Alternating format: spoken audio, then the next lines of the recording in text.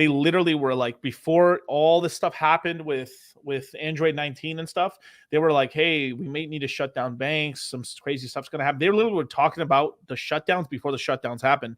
I wonder how that happened. Because this is not even conspiracy. This is just facts.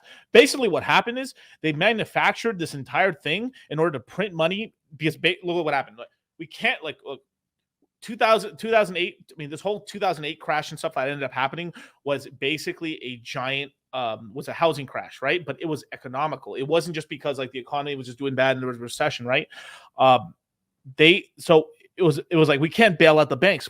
This next bank, this whole next thing that happened during the whole COVID thing was we need to do another bank bailout, but that's super unpopular. Crap. What are we going to do?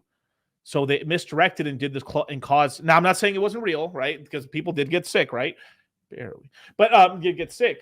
But it was just basically it was just a stiffed up common cold, flu maybe at most, right?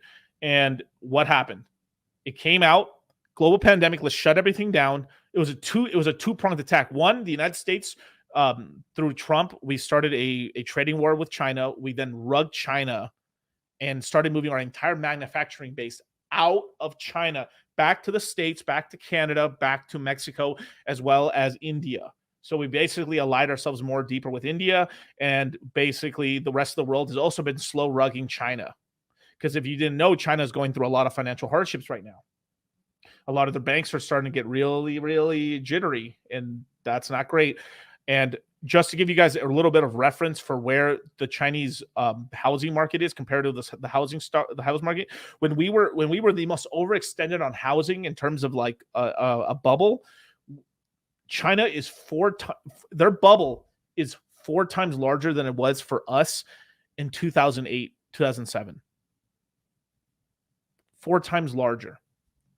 And there's now reports that China may have been lying about its GDP. Its GDP may have been literally 50% smaller than they've been reporting for a long time. I mean, that's an 8x for a country half the size in terms of their GDP.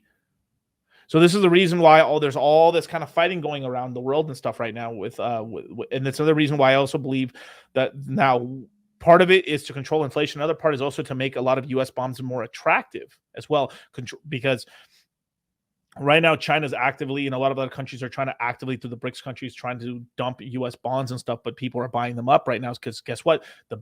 Every boomer around the planet is looking for income.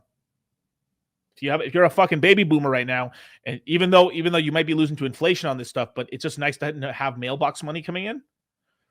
You have $1 million, you buy a 10-year bond, you're getting $50,000 a year for the next 10 years, and then you get your $1 million back in 10 years.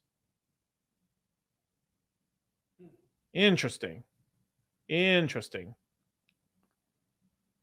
Now, there's that part right there. That's a big geopolitical game that's going on right now, right? Proxy war in the Ukraine, proxy war in the Middle East.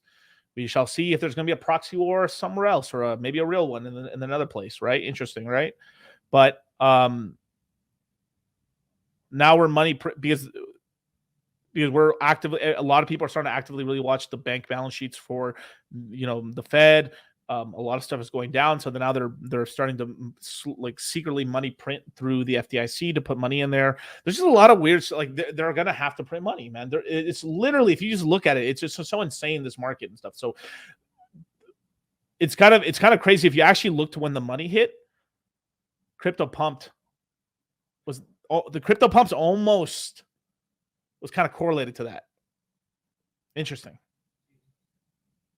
perhaps. Fuck the boomers. Oh, LOL. But hit the like button, subscribe, hit the notification bell, and yeah, man.